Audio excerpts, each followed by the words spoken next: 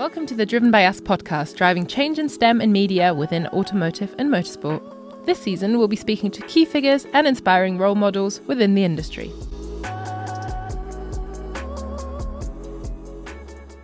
Hello and welcome back to the Driven by Us podcast, where we talk to some of the most interesting, inspiring voices in the automotive and motorsport industry.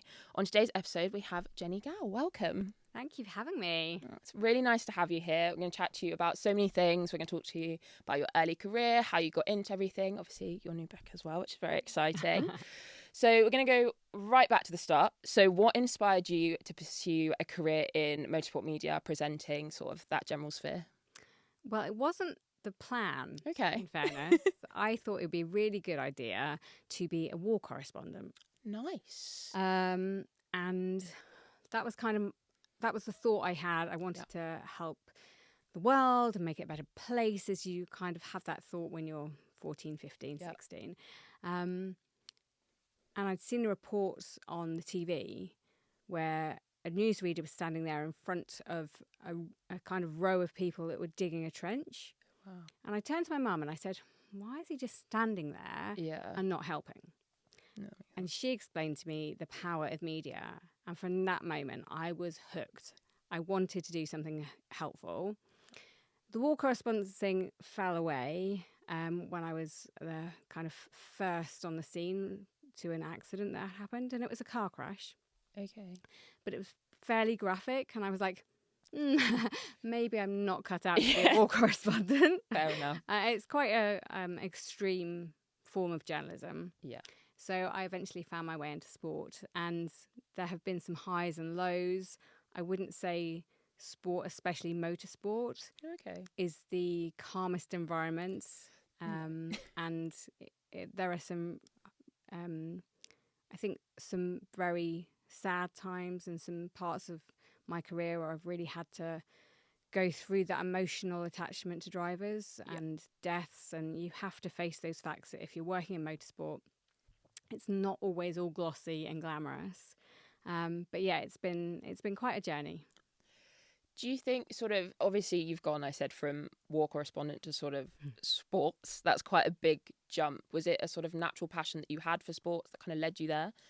Yeah, I think so. When I was younger, I used to sit in front of the TV and make notes from all of the different championships, wrote down who medalled and all of those sorts of statistics. Yeah. And I just loved it. I loved all sport. I wasn't very good at it, so I was never going to be a pro. So the next best thing, obviously, is then reporting on it. And actually, you can change people's lives from being a really good journalist and telling the story that they can't see. Yeah. So it's not quite the same as being a war correspondent, but actually it does help people. Yeah, and I think, like you said, it's not that sort of glitz, glamours. There still is an element of it that you're obviously having to cope with that. So how did you break into that? How did you get into sport in the first place? How did you kind of get, I guess, your first role, but more sort of generally into the space? So I wanted to be a journalist, and that was what I had in my mind. So I did quite a lot of work experience from quite a young age. Okay. So I banged on the doors of the local paper. It was a different time. The internet was kind of there, but kind of not. So you could walk up to a newspaper and bang on the door and say, "Can I speak to someone, please?" Yeah. So I worked for my local paper, and then just went to different places and asked people if I could do work. 14, 15, 16. Thought it would be a wise idea to go on and do journalism at university. It wasn't for me. Fair enough. I sat there in the classroom, and whilst I respected everyone there was a thought for me that actually it would be more beneficial to go out and do something practical with that time. So I spent those 3 years doing more work experience. I did the legal side of journalism in a short form course. Oh, okay. And from that course, which was amazing, it was an NCT affiliated course. And I did loads of work experience for that as part of that course. And one of the roles was as a junior in the Match of the Day magazine. Oh, okay. I don't think it even exists anymore. Consigned to a bin somewhere. But I was lucky enough to get a assignment to go to Chelsea Football Club and interview the women's team. Oh, amazing. Now, it was only just getting started. I was getting started, and I had that kind of cockiness about me that you have when you're a teenager. And someone asked who I was working for, and I just said, "Oh, I'm here for the BBC." Unfortunately, that person was a BBC staff member, the football editor. So I then had to kind of get my way out of that. But he phoned me at the Match of the Day magazine that Friday when I was due to leave. And he said, if you want any more work experience, kind of like you, come back. So I spent 2 weeks working for the BBC in all sorts of different departments at a very junior level. So whatever they said, I said yes.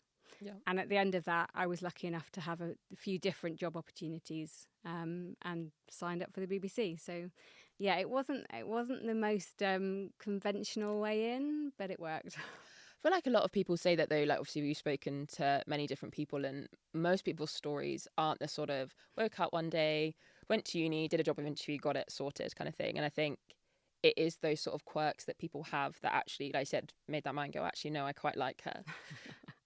Sort of, obviously, you mentioned that brief challenge, but if you face sort of any further challenges sort of early in your career, was it a sort of difficult space to be in, or was it just sort of smooth sailing? I think the sports space is still difficult for females going into it, or anybody from a diverse area, because it's so used to being male, white, middle-aged people, and all the sports departments are run by the same people. So breaking into that was really hard.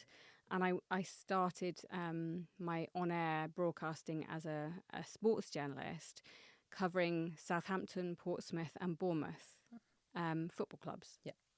And I would walk into the press conference room and it would just be a sea of males. You could not see another female reporter.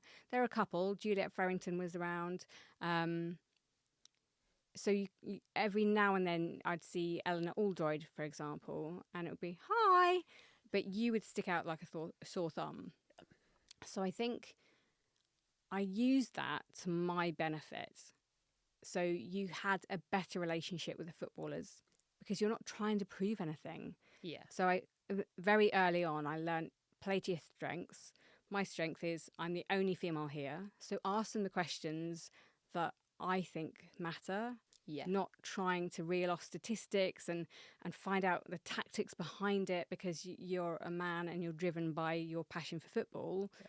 I was driven by my passion for people. Yeah. So I think using that to your advantage is good, but it doesn't make it a lot easier when you're faced with loads of men and they just do things in the way that they've always done it. So you have to make them question things and you have to work 3 times, 4 times, 5 times as hard, 100 times as hard as everyone else around you because you have to always go in there with knowledge as your base. Yeah. And if you get found out, you're in trouble. How long do you think it took you sort of in those spaces, like you said you were based at those clubs, to fully be like, do you know what, actually this is my space as well, I feel comfortable, I have as much of a right to kind of be here as the 400 other men that are in the room? In all honesty, I don't think I ever felt comfortable there. Football, I moved out of that space, I think, because it's so male orientated and the locker rooms are another thing. And I didn't feel comfortable anymore being in that environment. So I just looked for different options and a way to make my life a bit easier. And I'm all up for the challenge, but when you're banging your head against a brick wall, you kind of at some point go, you know what, there's a different way for me to succeed and this isn't the arena right now. That's fair enough. Is that when you sort of took your shift over to motorsport? Was there still sort of interim in between that? There was interim. It was. I always loved motorsport, but I didn't think I could ever work in it. I didn't know anyone in motorsport. I didn't know whose door to knock on. Yeah. So I went off and I left the BBC, which was a massive decision. But I just thought, I'm waiting for people to die. That was basically the long and short of it. You could only get a job and elevate yourself if someone else disappeared. So I left without a job, and I was like, what have I done? But actually the next day someone phoned me, they offered me some work, and I started presenting morning shows on radio, which I loved. It's such an amazing, super fast way of broadcasting, and you're with the same people day in, day out. And I just found it really fun. But that connection took me as part of a sponsorship deal to Speedway in Bridgewater in Somerset. And we had a deal where every other Friday night, one of us, the breakfast crew, would go down there and just say hi to everyone and do a little spot on the microphone. And I just thought, wow, this is so cool. And someone asked if I'd present on Sky for the World Speedway long track championships. And I just said yes to everything. I was like, I don't know. Yes. Why not? Went away, did my research. And yeah, that's how I first got into motorsport. So it's not, again, not conventional way, but why go with convention? So kind of related to that, what skills do you think were sort of most crucial, most integral to your sort of transition and success or through that period? I think obviously your voice when you're a radio broadcaster is key. It's very different, a skill that you have to learn. You have to learn how to speak to people through a microphone and not just speak into a microphone. So that was a really important lesson to learn. But actually the best lesson I learned was that knowledge is power. And if you go into a room without knowing your stuff, you will get found out. So don't take that chance. Don't think I'm going to bust this. Do your homework, know your arena, know who you're talking to, and make sure you have all those stats that you might need up your sleeve. Quite like that, actually, I think, because I think there's always a fear among people that they need to be almost too over-prepared, but I'm not sure that's necessarily a thing. Would you say there is an element of ever being sort of too over-prepared, or is there just you can never know enough? I don't think you can ever know enough. It's how you use that knowledge, though. If you stand there with a driver, for example, and list off everything you know, trying to prove your point, saying, I know this about you and I know that about you. I mean, he knows everything about him. She might know more about you than you know about her. So you have to choose the numbers that you use, the way that you use that knowledge to make it work. And I think just trying to remember why you're there. What are you there to prove? Nothing. You're there to be a conduit between the person you're interviewing and the person at home. And you're in a very privileged place to be able to ask the right question, to be able to give that person who's sitting at home a real understanding of what that driver or that spokesperson, whoever it is feeling, thinking, experiencing. So yeah, you're just there as a middleman, basically. Sort of, again, following on from that, how much do you think sort of empathy plays a part in journalism? Because obviously, say for example, like a driver's DNF'd or something's happened and they've obviously come to you with 10 minutes after getting out of the car seething. How do you kind of navigate that? And I said, how important do you think empathy is in that regard? I think it's really important. But I would say that I'm probably the person who is the most up and down when it comes to being in the pen. I've cried with drivers. I've laughed with them. I've gone through all of those feelings that they're feeling. And I think that's where I think maybe females are better placed to do that role than males. Because you're, as you say, you're there at a point when that driver is feeling very vulnerable. They haven't got a briefing. They haven't spoken to their engineers. They don't know what's happened. They just know what happened in their car. And they might not even know if it's a mechanical thing, why they're out of the race. So I ask very open questions to get them to talk. And then if there's something there, One of my old journalist coaches used to say, think of an interview like an apple tree. Oh, okay. And it's quite random, I know. Yeah, but every question you ask, they'll leave apples on that tree. Oh. So you make sure you pick that apple off and ask the right question. So if they give you something, a little bit of that apple, you have to listen to that answer and not always be thinking about the next question that you're planning. Think, what have they just said and how can you use that to help you? Okay. So yeah, I can kind of see sort of how that would play out. So day to day, kind of, can you run us through what your, I guess, average day would look like? Obviously, that varies, but that is really hard. Yeah. I think because I'm a freelance journalist, yes, I work for the BBC as their F1 presenter and pit lane reporter. Yep. But I also do other things. So no day is standard. But if we go through a race weekend for Formula One, then and this is very a compact version for you. Yeah, but we normally, if it's a local, like European race, would fly out on a Thursday, go straight to the paddock, go straight into interviews with the drivers, do all your interviews, get as much information as you can ahead of the weekend, because that's your best time to speak to people. So if you fancied a chat with, say, Christian Horner, that's the best time to do it, when you can just, away from the cameras, away from a microphone, just say, you know, what's going on? What are you expecting this weekend? And you're kind of always digging for gold. Yeah. And sometimes you'll get nothing and you'll be like, oh, that was annoying and frustrating. And other times you'll get something that you can use for the whole weekend that is absolutely priceless. So that's kind of like your research day. Fridays, obviously, practice, and we cover every session live. Yeah. So you're in the pit lane, again, looking around, trying to find out what the team are doing, what cars they're running, what updates they have. So it's quite full on. And then Saturday is another practice and qualifying if it's not a sprint race. And then on Sunday, it's race day. And everything you're doing is basically preparing you for that main broadcast on a Sunday, which is 2 hours long. You've got your grid walk before, you've got Parc Fermé and the podium. Yep. Simple. So you've got that going on afterwards. And then we've got podcasts throughout the weekend as well. So if I could say that in short, it's a very busy weekend. And then you fly home on a Sunday as well. Oh. So it's a full-on job.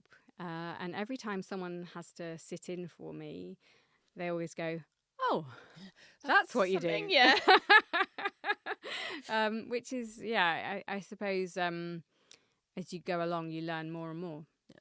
Do you find it easier, or not necessarily quicker, but a sort of more streamlined process the more you get to know the teams, the drivers, the team principals, etc.? Are you able more to sort of be like, can I have a quick second, rather than having to go through 25 people to get to them? Yes. If it's just an off-the-record chat, then that absolutely. Knowing all of the people around you really helps. And as you say, streamlines it. However, if you want to do anything on mic, you have to go through all those people again. Yep.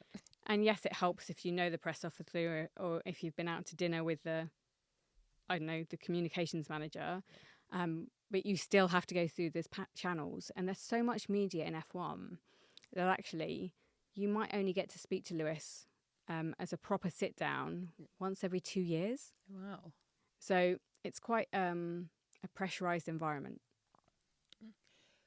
What would you say has been sort of, so first off, your most memorable moment in F1, but then sort of more generally across your career?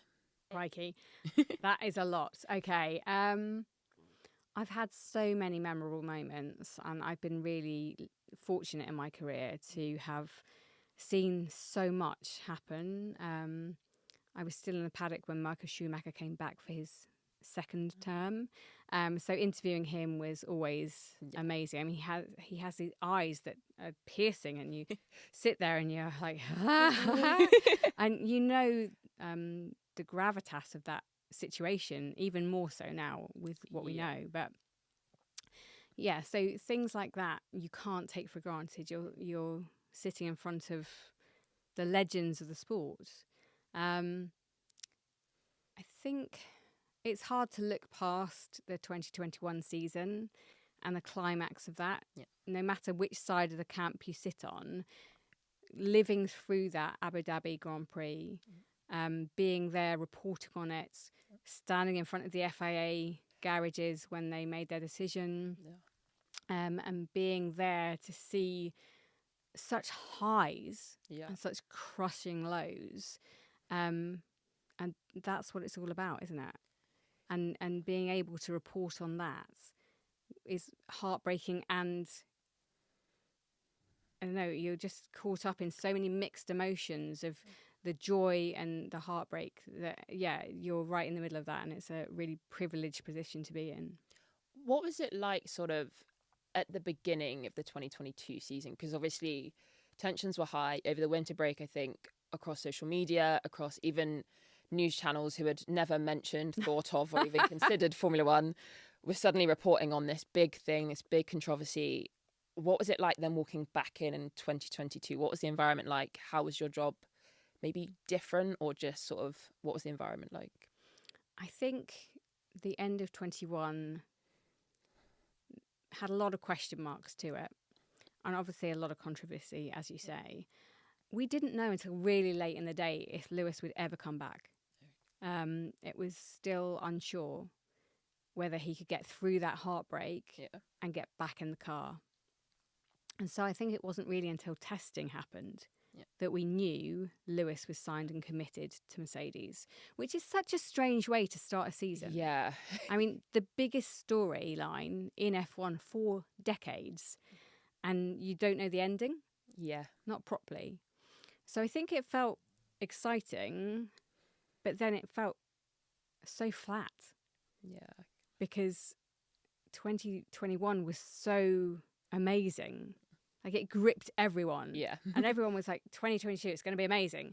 And then Mercedes wheeled out this new car, and we all thought, wow, that's going to be great. They've come up with this new concept. Wow.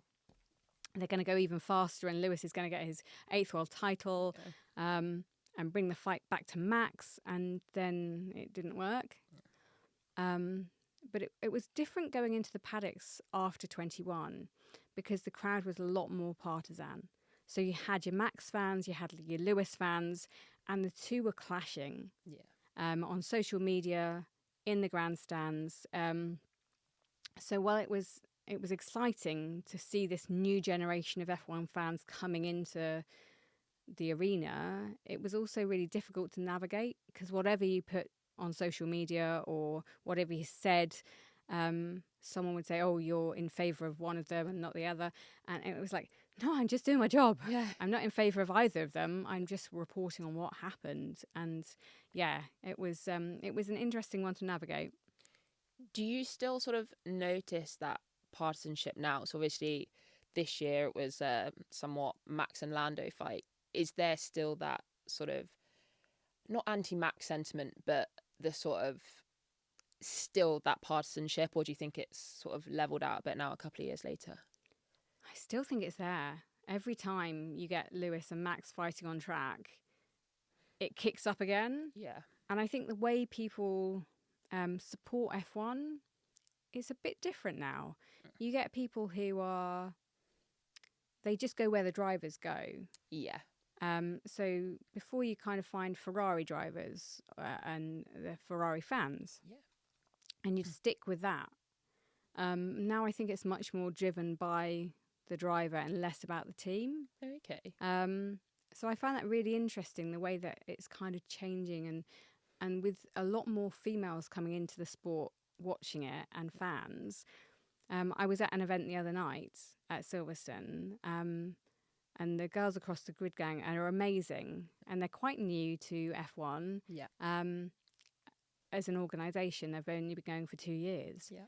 But speaking to them and learning about how they follow the sport, how they've come into the sport, it's just a very different way of supporting it. Yeah. And they are driven by like the pop idol side of it. Yeah. And that passion is a very different passion to the engineering, mechanical side of it before. but there's room for everyone. Yeah. I don't think that you have to be one or the other. It's a big sport. It's a massive multi-billion-pound dollar sport. Yeah. Choose how you want to support it, and just don't pick on other people that are supporting it in a different way. I don't understand that divide.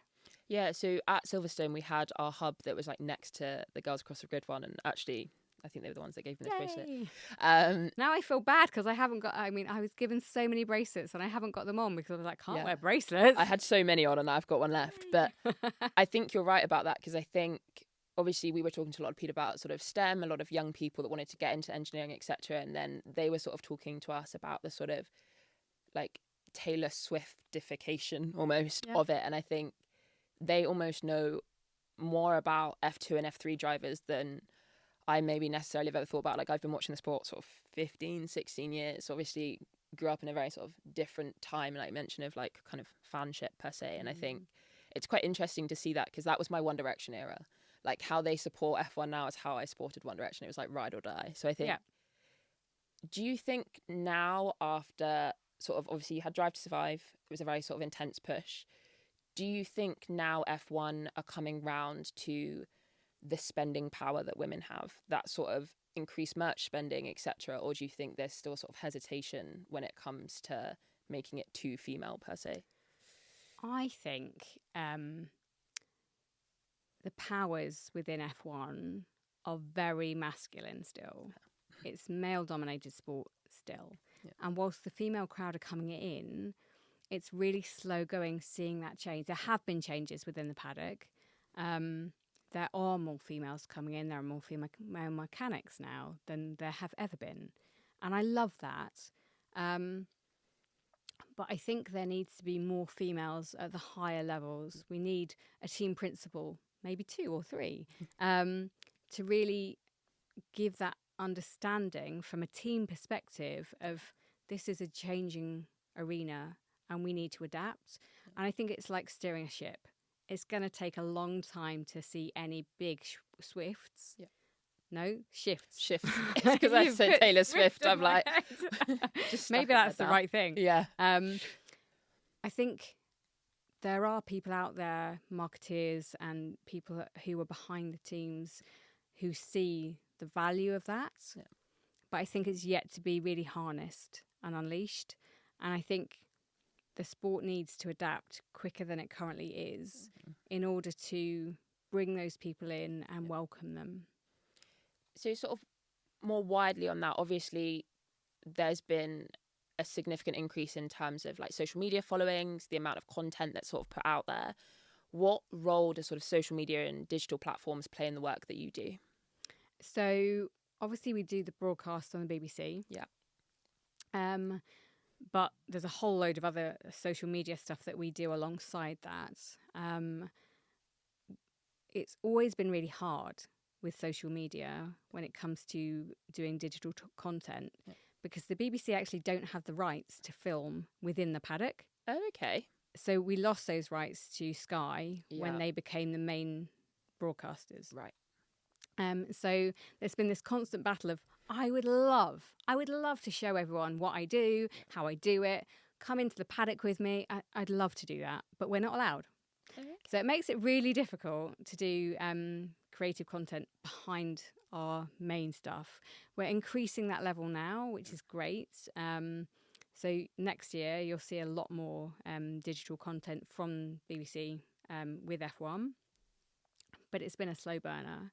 One of the things I did during lockdown, which I might re-release again, is a how to get into F1 and motorsports. And I did like how to be a journalist, and there were all sorts of different ways of getting into motorsport. And it was just me kind of reaching out to all the contacts I had within the sport and saying, come and join me, I'm bored. Lockdown is boring. Yeah. I've had enough. Done enough baking. Yeah. So I did those, and they were, I still think they're really valid for even now. So I might put those back out again on social media, just as a way of saying, you know what, you can get in, and these people all have, and they're all from different roles. So why don't you have a look, and hopefully it will inspire another generation of people to come in. So that actually leads me quite nicely to the wonderful book that you've written called How to Read F1. So how did this come about? Did you just wake up one day and go, I fancy writing a book now? Or was it, how did it come about? Tell us all about it. Okay, so it's quite a long story. I'll try and abridge it, as my editor has done with the book. So I got a phone call, or an email actually, from one of my bosses at the BBC saying, do you fancy writing a book? Yep. And I replied back saying, I had a stroke about 6 months ago. I'm still learning how to speak, read and write. That's the part of my brain that the stroke kind of attacked. Okay. So when I'm getting words wrong or not being able to say it or remember it, that's the stroke brain coming out, which is really annoying. And I said to this boss, I don't think it's going to work for me. And he said, just have a chat with the editor. Just see what you think. Yeah. So I had a chat with a lovely lady called Nell, and she convinced me that I should write a couple of chapters just to see what you think. So I went back. I had to relearn how to even open my laptop. Couldn't remember my passwords. It was just literally like I was starting all over again when it came to that processing of information. Yeah. And I thought, this is never going to happen. So I wrote A and I were the first chapters I wrote. It's like an A to Z guide. Yeah. And I sent it off to Nell and expected nothing more. And she got back to me and said, yeah, we like it. So I wrote a book. And actually, it's really helped in my recovery. Yeah. So it helped me to have a deadline every day to actually motivate me to get up, get the book done, write some more chapters, and reconnect with the family of F1 folk that I hadn't been able to see for so long. Yeah. So I was out of the sport for, I think, just under a year. I was trying desperately to get back. And this has really helped me. So still not 100% with reading. Okay. And it's still quite hard writing, but typing, we're okay. And I relearned the alphabet, so that's okay.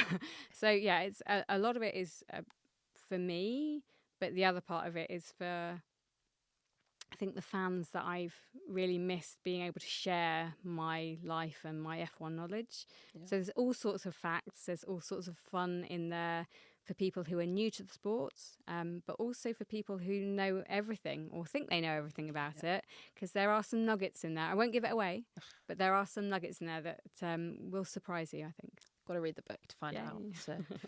So feel free, obviously, to share or not share as much as you feel comfortable, but how was it for you? Obviously, your life, your career, everything you've done has been sort of reading, writing, etc. What was that like for you, sort of having to almost go back from square one and sort of work through that? The most frustrating experience I've ever had, in all honesty. I don't mind talking about it at all. I just find I get really emotional quite quickly, and people who have suffered strokes tend to have their emotion right at the front of their brains, and it just pours out. So excuse me, but I'll try and keep it together. It's fine. If you cry, I'll cry. Oh no, we'll all be crying. Tissues at the ready. Yeah. I was 45 when I had my stroke, which is quite young, I suppose. A lot of people associate strokes with more elderly people, but actually 1 in 4 strokes happens to someone under the age of 60. So along my recovery, I've been fortunate enough to meet some amazing people who have recovered from strokes or are still trying to recover. Especially one 5-year-old who he was just adorable, and his family were lovely. But they were in a really hard place because strokes are devastating. Yeah. And if you've ever experienced someone in your family or a friend, you'll know how hard it is for everyone involved in that as a relationship to try and mend. Yeah. I think I was fortunate that I was found very quickly. I coughed and it ruptured my carotid artery, which is one of the 4 arteries that goes up to your brain. So it formed a clot and stopped the blood from getting into my brain. So part of that process means that that part of my brain, which was I can say it, communication, was dead, effectively. So you have to rewire your brain with little tiny neurons floating around and firing up. So it was a really intense period of finding out what was within me to try and get my recovery or try and recover as well as I could. Yeah. So you can hear there are still things that I'm not happy with, but I couldn't speak for 6 days. Nothing. It was really hard to communicate with my husband. It was like a massive game of like Pictionary, trying to draw on a board what I wanted to tell him. Yeah. With my left hand, which is my non-dominant hand. Yeah. So it's taken a long time to get back. And I think through that recovery, I've been afforded some amazing opportunities. My first interview back after my stroke was with Lewis Hamilton. Wow. At Silverstone. No pressure. Yeah. And I think that was 6 months after my stroke. Wow. So walking into the paddock was really hard. And speaking to him, asking those questions when there were so many pauses in my speech. And I was just there thinking, I'm a professional broadcaster. And I felt like I couldn't do what I've done all my life. Yeah. Or it felt like I've done all my life. Yeah. So it's been really hard. I think you end up being humbled by that experience of having to go back to square one. But the book is actually something tangible. Oh, I just clicked my necklace. Sorry, that's probably really loud on the mic. The book is something tangible that kind of marks how far I've come. Yeah. So I think the reality of what I've gone through is only just starting to dawn on me. Yeah. So yeah, to cut a long story short, it's been horrible. Yeah. And I feel for anyone who's gone through this. And I know I'm really lucky that I've been able to recover to this point, and I'm still driving and still wanting to get better. I remember seeing, so obviously I followed your journey sort of across social media when you were posting, and sort of looking at your journey to going back to Extreme E, sort of up in Scotland. Obviously you were saying about not being able to fly, etc. And what was that like for you, sort of being able to kind of get back into that, albeit slightly adjusted, but what was that sort of experience like? I have to say, so many people within motorsport and the wider world and media have really embraced what I've gone through and tried as much as they can to help and support me. That journey up to Scotland, whilst it was in one part lovely to see everyone, I just found it so frustrating that I couldn't do what I wanted to. Yeah. And I couldn't be in the role I wanted to be in because being a commentator for Extreme E is so full on. Yeah. Like it's the ultimate experience when it comes to speech. So yeah, I cried a lot that weekend. Cried on people, cried with people. And whilst it was lovely, I think it put pressure on me in a kind of good way to just try and improve again, try and find the old me, even though I know I can't. Yeah. That's gone. But you have come out absolutely thriving. I said you're back doing everything you do. You've written a book, like to write. How stupid is that? I feel like sometimes though, adversities, if you want to call them, sort of in life, teach you that, like, realistically, you might not have woken up any other day and been like, I'm gonna write a book. Whereas now you've written one and everyone gets to read it.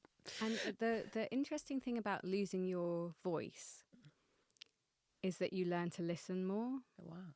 So I kind of think that it's actually done me a favour. I think I've always been quite a good listener, but it's amazing the amount of people who want to share their stories with me. Yeah.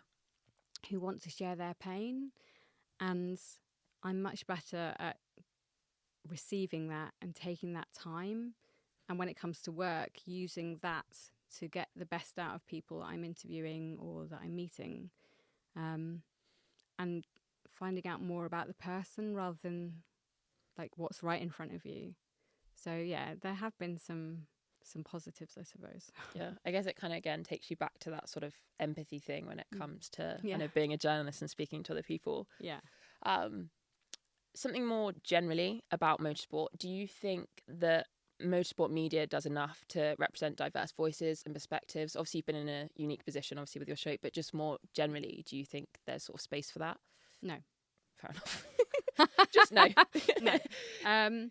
If you come into the F1 paddock as a member of media, certainly written journalists, yeah, you will find one female journalist in the plethora of male, white, middle-aged men. And whilst I'm not saying what they're doing is wrong, yeah, I just want the management within F1 media to realise that there's a whole nother level of fans that they need to cater for, yeah, of an audience that they're not catering for. There is a lack of diversity within that arena. Yep. When you branch it out towards the broadcast media, it gets better. It's more accountable. It's more visual. Everyone can see, this is strange. This is an all-male crew, or this is an all-white crew. They're taken into account a lot more, and that's good. Yeah. Because at the moment, they're the ones that are representing the people that are watching F1. Yeah. The written media are not representing their audience. They are, for the majority, they've been there for a long time. They know what they're talking about. They're so good at what they do. But what they do isn't necessarily what people want right now. Yeah. So I'd love for there to be more females within the written press corps. Yeah. I'd love for there to be more females within the management of media. But we are knocking out that door. We are holding people to account every day. I can't imagine what it's like to walk in to that paddock and be like a black person coming into that paddock. It must be quite an intimidating place. It's hard enough for me being a white woman, and there are other white women there. Yeah. So I think they have to do more. They have to get more people in, and Mission 44 and Lewis is trying as hard as he can. Yeah. But it has to be more than that. And I'm really keen to try and promote greater equality and diversity within the paddock, doing FIA Girls on Track, trying to bring more people in. It's a numbers game. The more people that we can attract into the sport, the better represented everyone will be. As you mentioned Mission 44, they've recently announced their new, well, probably not recently by the time this comes out, but it was recently for today, their new scholars for this year. Do you think sort of having programs like that are effective, or do you think it's more of a case of it needs to come from within? Obviously, Lewis is somewhat within, but the sort of management higher up beings providing their own sort of things, or do you think things like Girls on Track, all the Mission 44 programs are going to be sort of effective at infiltrating that space? As you say, I think there is a lot being done. We are talking about it all the time, which is great. The F1 Academy has seen a whole influx of new talent coming into the sport that wouldn't be there if it wasn't for that programme. Yeah. I still think wholesale change needs to happen at a younger age. Yep. And it needs to be backed by F1.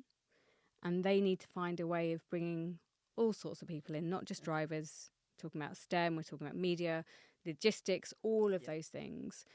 But again, we need more of the management to understand. And I honestly don't believe they can understand what it's like to be a black female, a white female, a person from a diverse background who they have their own way of working.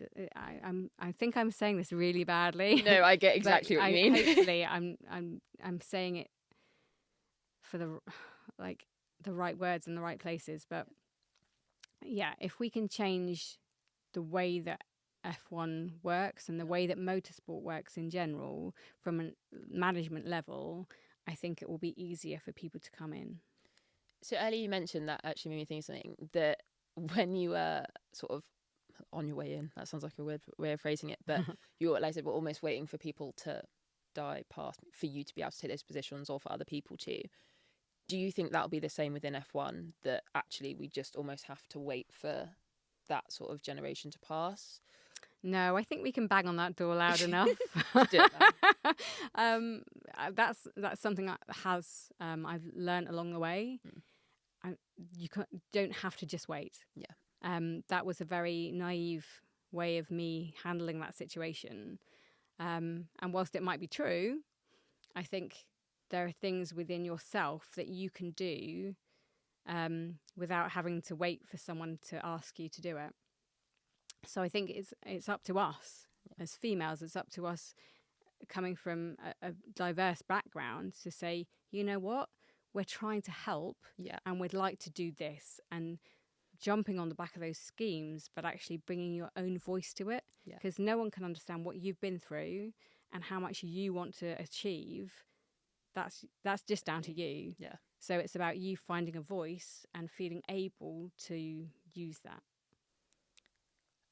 I think, like you said, talking about your own experiences can be helpful for those, not just that are currently working to get into the industry, but those at primary school, secondary school, the sort of see it, be it sort of mentality. What's one piece of advice you'd give to someone either aspiring to enter the motorsport industry, or someone who is 14 currently wanting to be a war correspondent that might end up in the sports industry? Yeah, who knows? Yeah. Someone else might do the same thing that I have.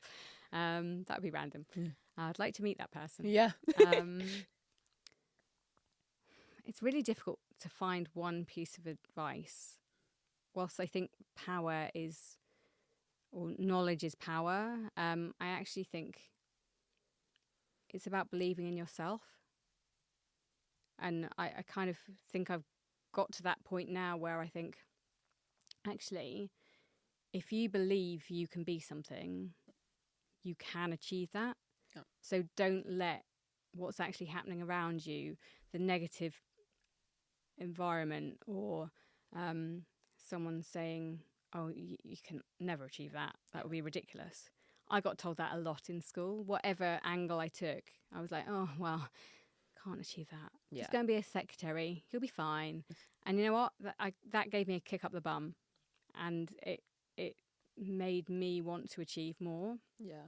So find what it is that you actually want to do and go for it. I love that. So on to our final couple of questions. This one's quite a deep one. Oh. But it's gone so deep already. Yeah, I know. How can it be deeper? Well, it's, what do you hope your impact in the industry will be, and how do you want to be remembered?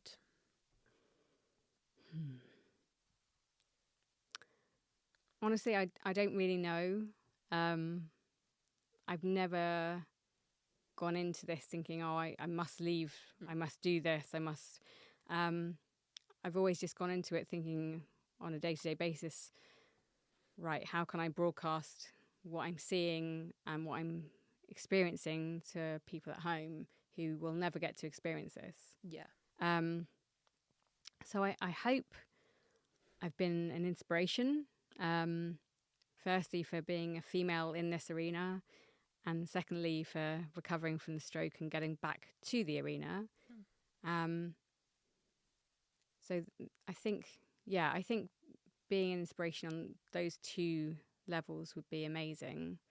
What was the other bit of the question? There was two parts.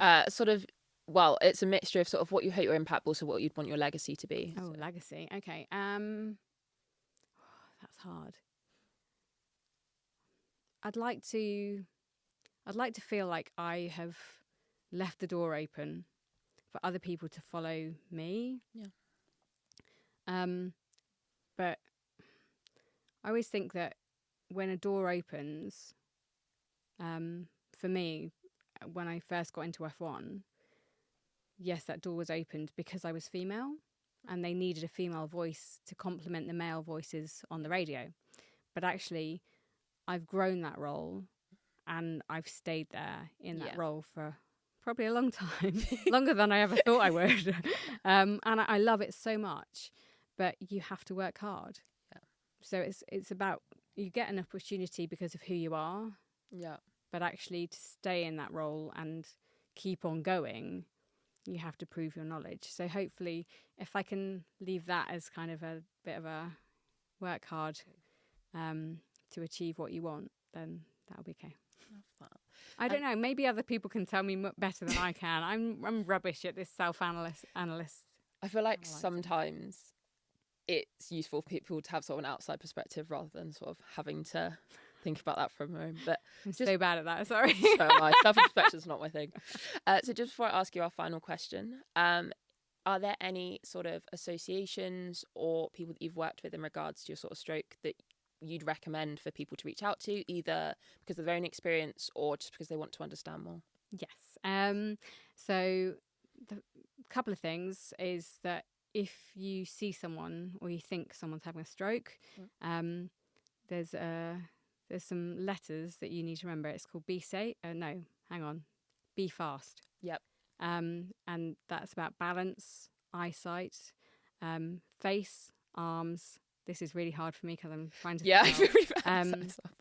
Speech and time. Yeah. So if you notice anything, if you experience anything, just get to a doctor, get to a hospital as quickly as you can, because time will save you in the long run. So don't worry about that. But my recovery's been helped a lot by the Stroke Association, which are amazing. You kind of get signed up to them straight away as you leave hospital. So they're really there, hopefully, for everyone. Yep. But also Different Strokes have been a charity that have helped when it comes to networking. They specialise in younger stroke victims, so people under 60, people of a working age. And having that environment and that network to fall back on, to ask questions, to say, oh, this has happened to me today. Have you ever experienced that? Is so valuable when you're trying to recover from something. So yeah, reach out to whoever you need to. Reach out to me. I don't mind. DM me. And yeah, just, it's a very isolating thing to have happen to you. Yeah. So yeah, if you can reach out and find your crew, it will help. Find your people. Yeah. So this last bit is what we call our post-race celebrations. Yes. So we have a question which is from our previous guest that we would love for you to answer, and then for you to kind of have your own question for a future guest without knowing who they are. So think about that whilst answering this question here. Think of two things at once. Yeah, two things at once. I'm really... think of half a thing at once. Okay. So the question we need you to answer is, what is the craziest story within the motorsport world that you've either heard or reported on that relates to money? Wow. Who was that set by? Kana, I believe. That is hard. I mean, F1 is an outrageous environment when it comes to money anyway. I think the amount of money that's spent on cars, and especially when you look at a team like Williams, who have had one heck of a season. Yep. I mean, it's that race in Brazil when they totaled the car, not once, not twice, but 3 times. I mean, the amount of money that must have cost. Yeah. One wheel nut in F1 costs £1,000. So if you can imagine going through a weekend, just one weekend, and just one wheel nut, then multiply that out, and you're probably talking about the price of a large family house. With the crashes. So yeah, it's hard to equate it, but the money in F1 is ridiculous. Yeah. And you go into there and you go, how much? How much are these people earning? Yeah. How much does a front wing cost? Yeah. So yeah, I can't give you a specific. I'll go with a wheel nut. £1,000 per wheel nut. That's a lot. I don't think I'd ever considered that. I think because obviously if you buy one for your own car, it's like £20 from Halfords sorted. Yeah, they're slightly different. Yeah, the amount of mechanics that go into it. I mean, Adrian Newey's time, even his mind, to make and design a wheel nut or a lug, is disproportionate to anything else ever. Yeah, no, that's completely fair enough. So, yeah, what is your question for our next guest? Okay. Can it not be as serious as this one? Yeah, it can be. I found that really hard. Yeah, no, it can be fun, silly, serious, sad, happy, whatever you fancy. Okay. Let's go with really silly and say, what's your favourite type of pasta? Oh, I love that. I'm sure we can make it. I'm sure it will end up on a. Based on the guest, I reckon that pasta question could end up actually being motorsport related. So, ooh, who's the guest? See, I'm so excited. Hang on, I need to ask you, what's your favourite type of pasta? I don't eat pasta. None. No. So I'm allergic to eggs, so that wipes out all egg-based pasta. Okay. And then I just don't like the consistency of wheat-based pasta. So, yeah, I mean, if I had to pick, I'd end up having like spaghetti as part of like a bolognese, but that's about as far as my pasta. I know it's quite, everyone always looks at me like that. I feel really sorry for you. Yes. I can't even equate to. I mean, it's the like go-to thing. Like everyone makes pasta and pot noodles, and then I'm just there with my like chicken dippers and turkey dinosaurs. Good protein diet though. Oh yeah, it was great. But yeah, thank you so much for coming and speaking to us today. It's been really interesting to hear about your life and the world, and I'm very excited to read your book soon. Oh, thank you so much for having me on. Sorry if I didn't make sense at all. I had a stroke. It made perfect sense. You're absolutely fine.